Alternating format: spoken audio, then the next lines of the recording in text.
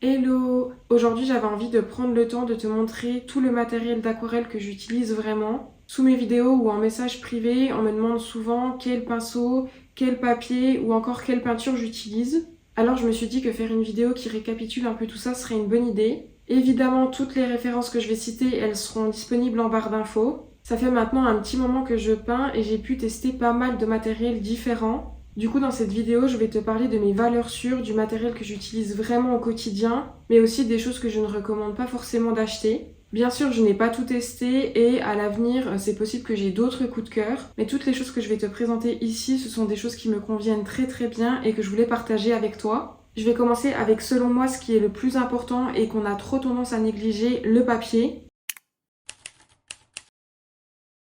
J'en ai testé vraiment énormément et je ne recommande vraiment pas d'acheter les papiers un peu bas de gamme qu'on peut trouver chez Flying Tiger ou Sostengren.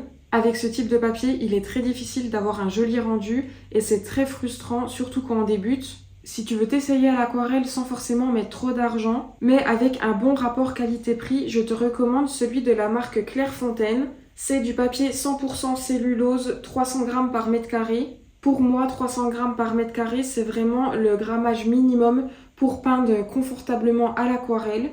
Et si tu veux tester un papier de qualité supérieure, je recommande ceux de la marque Rougier et Play. C'est le papier aquarelle premium 100% coton cette fois-ci, toujours en 300 grammes par mètre carré. Le papier 100% coton est vraiment différent du papier 100% cellulose. Il absorbe mieux l'eau, les couleurs sont beaucoup plus lumineuses et je trouve que c'est beaucoup plus agréable de peindre et de travailler sur ce type de papier. Ils sont certes un peu plus onéreux que ce type de papier, mais contrairement à d'autres marques qui proposent ce même type de papier, 100% coton, 300 grammes par mètre carré, ils sont vraiment beaucoup plus abordables. Du coup, je trouve que c'est les meilleurs en termes de rapport qualité-prix sur le marché. Pour mon carnet de souvenirs, cette fois-ci, c'est un carnet de la marque Anémule. C'est un carnet 250 grammes par mètre carré et 100% coton. J'aime beaucoup ce carnet parce que le fait que ça soit des pages de 250 et pas des pages de 300 grammes par mètre carré, les pages ne sont pas trop épaisses, tout en résistant très bien à l'aquarelle. Je trouve que ce carnet est très polyvalent parce que je peux à la fois faire de l'aquarelle dessus, mais également un petit peu de scrapbooking. Donc je le recommande vraiment pour un carnet de souvenirs. Donc voilà pour tout ce qui est papier, carnet. On va maintenant passer à la peinture. Maintenant, en ce qui concerne les peintures, j'ai deux palettes. La première palette que j'ai achetée pour commencer l'aquarelle, c'est la Cotman de chez Winsor & Newton. On peut la retrouver un peu partout, elle est très abordable et je la recommande vraiment pour commencer. D'ailleurs, elle n'est pas remplie parce qu'il y a certains godets que j'ai mis dans ma palette que j'ai acheté plus récemment pour la compléter. Et même celle-ci, il y a certains godets que j'utilise quotidiennement. En fait, c'est deux palettes que j'utilise tout le temps. Après quelques mois de pratique, je me suis offerte la palette de chez Sennelier. Comme celle-ci, c'est une palette de 12 demi-godets à la base. Comme tu peux le voir, je l'ai bien remplie, donc je l'ai remplie à la fois, comme je te disais, par les demi-godets de cette palette-ci, mais aussi des demi-godets que j'ai achetés individuellement. Petit à petit, les demi-godets de cette palette-là s'épuisent. Je les remplace donc par de l'aquarelle extra fine, soit de la marque Sennelier, soit de la marque Winsor & Newton. Et je les achète soit en demi-godet quand c'est une couleur que je n'ai pas, soit en tube et je viens compléter la couleur que j'ai déjà. Donc ça c'était l'aquarelle, on va maintenant passer au pinceau.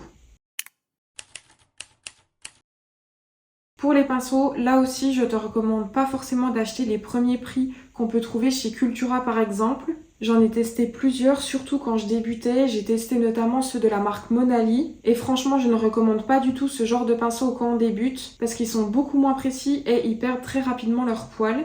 Et comme je le disais pour le papier, ça peut être vraiment très frustrant quand on débute. Moi, je me souviens qu'au tout début, quand j'utilisais pas forcément du papier de bonne qualité et des pinceaux de pas très bonne qualité non plus, j'arrivais jamais à avoir un semblant d'illustration qui me plaisait. Et à partir du moment où j'ai investi dans le papier et dans les pinceaux, ça a vraiment tout changé. Je vais commencer avec les pinceaux un peu plus abordables. Donc si tu veux des pinceaux abordables mais qui sont très résistants, qui sont très durables, et moi personnellement je les utilise encore, je te recommande vivement le set de pinceaux de la marque Crea. Ils sont de très bonne qualité et à un prix vraiment abordable.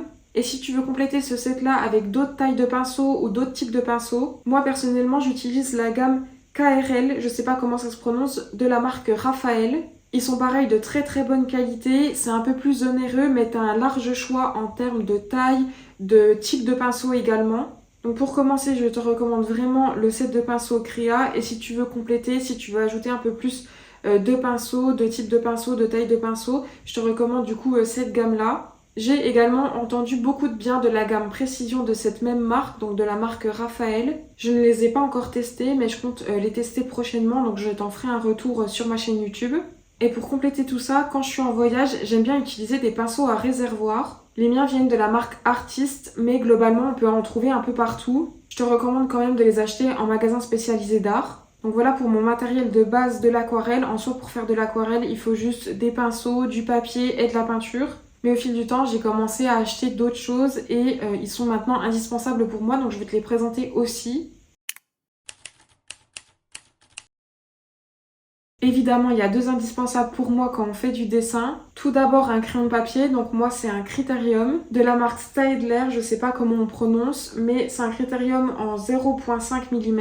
Et je trouve qu'un Criterium est beaucoup plus pratique qu'un crayon de papier basique. Et j'ai également une gomme de cette même marque.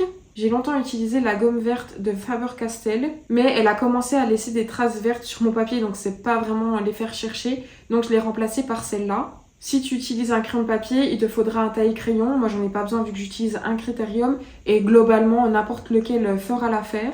J'utilise aussi parfois des crayons de couleur pour ajouter souvent des détails ou parfois faire mes croquis. Les miens sont des Prismacolor. Pour le contour de mes dessins, j'utilise des stylos waterproof. Donc j'ai trois références différentes. J'ai tout d'abord un set de stylos noirs de la marque Micron. Je recommande pas forcément d'acheter ce set. En tout cas, personnellement, si c'est à refaire, je le referai pas. Parce que essentiellement, j'utilise la taille 0,1 et 0,2. Et les autres, je les utilise pas. Donc je vois pas trop l'intérêt d'acheter un set pour ne pas utiliser tous les stylos. Ensuite, j'ai découvert que les stylos marrons existaient. Et personnellement, j'utilise plus trop les noirs. J'utilise vraiment beaucoup plus les marrons. Parce que je trouve que ça a un rendu beaucoup plus doux. J'ai acheté un set de stylos marron de la marque Faber-Castell, mais j'ai trouvé que la mine était un peu trop épaisse. J'ai donc cherché et j'ai trouvé ces stylos. C'est également des stylos marrons, mais cette fois-ci de la marque Copic. Ils sont beaucoup plus fins que mes stylos Faber-Castell et je les préfère parce que je préfère quand les traits sont fins et qu'ils sont peu visibles quand on met de l'aquarelle. Donc ceux-ci, je les ai achetés à l'unité et de toute manière, je te mettrai également les tailles en barre d'infos. Pour ajouter une touche de lumière, j'aime bien utiliser des Posca. Donc j'ai tout d'abord des Posca en taille 0,7 mm et j'utilise principalement les couleurs rose clair, blanc et abricot en fonction de la couleur que je veux illuminer. En plus de cela, j'ai également deux autres Posca blancs mais de deux autres tailles différentes. Et enfin, pour réserver certaines zones de mes illustrations, j'utilise un fluide de masquage. Donc celui-ci, c'est un fluide de masquage de la marque PBO. Et j'utilise également un ruban de masquage pour créer des bornettes à mes illustrations. D'ailleurs, j'en ai plus, il faudra que j'aille me racheter. Mais comme les pinceaux à réservoir, on peut en trouver un peu dans tous les magasins d'art. Voilà pour le matériel d'aquarelle que j'utilise vraiment au quotidien. Encore une fois, ce sont mes références personnelles et ce qui fonctionne pour moi aujourd'hui. Le plus important reste de trouver le matériel avec lequel toi, tu te sens bien et à l'aise de créer. D'ailleurs, n'hésite pas à me dire en commentaire quel matériel tu utilises. Et si tu as des questions sur le matériel que j'ai pu te présenter, n'hésite pas également. Merci d'avoir pris le temps de regarder cette vidéo et on se dit à la semaine prochaine.